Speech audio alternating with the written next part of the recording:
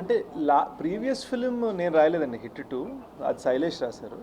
So I think depends on the film. కానీ yeah very, ఇది నా బెస్ట్ ఫ్రెండ్ డైరెక్ట్ చేశాడు క్వైట్, షనీల్, ఇద్దరం కలిసి రాసాము. గూఢచారి 2 చాలా అంబిషియస్ ఫిలిం, 6 ఫారిన్ కంట్రీస్లో షూట్ చేసాము.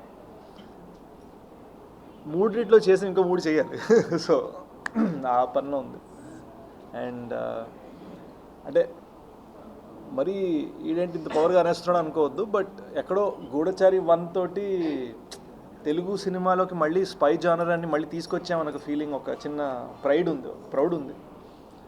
ఇప్పుడు అది నెక్స్ట్ లెవెల్కి తీసుకెళ్లాలని తపన. సో ఒక స్టోరీ మీరు రాసేటప్పుడు అందులో మీ పాత్రని మీరే రాసుకుంటారు. సో అప్పుడు ఎలా అనిపిస్తుంది? అంటే ఒక హీరో వేరే హీరోని ఇమాజినేషన్ చేస్తూ స్టోరీ రాయడం మీరు, ఆ స్టోరీ రాసేటప్పుడు అందులో క్యారెక్టర్ మీరే కావడంతో మీరే రాస్తున్నారు. నన్ను నేను ఇమాజిన్ చేసుకోనండి. నాకు కథ రాసేటప్పుడు నాకు క్యారెక్టర్స్ అన్ని గ్రేగా కనిపిస్తుంది, నాకు వాళ్ళ మొహాలు కనిపించవు.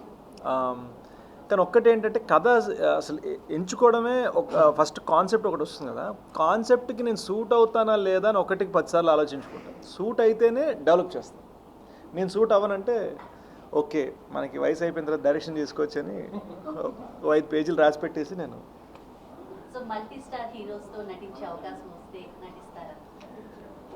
మొన్ననే చేశాను కదా, హిట్ 3లో చిన్న క్యామియో చేశాను. Nani garu is my favourite, I love him, is like a big brother to me. So yeah. ఇంకా చిరంజీవి గారు వాళ్ళు పిలవడం ఆలస్యం అండి. పవన్ కళ్యాణ్ గారు ఆయనతో ఆబ్వియస్లీ మనం విలన్గా చేసాము, బట్ ఇప్పుడు ప్రోటాగనిస్ట్గా మల్టీ స్టార్ వాళ్ళ అవకాశం ఇస్తే వై నాట్.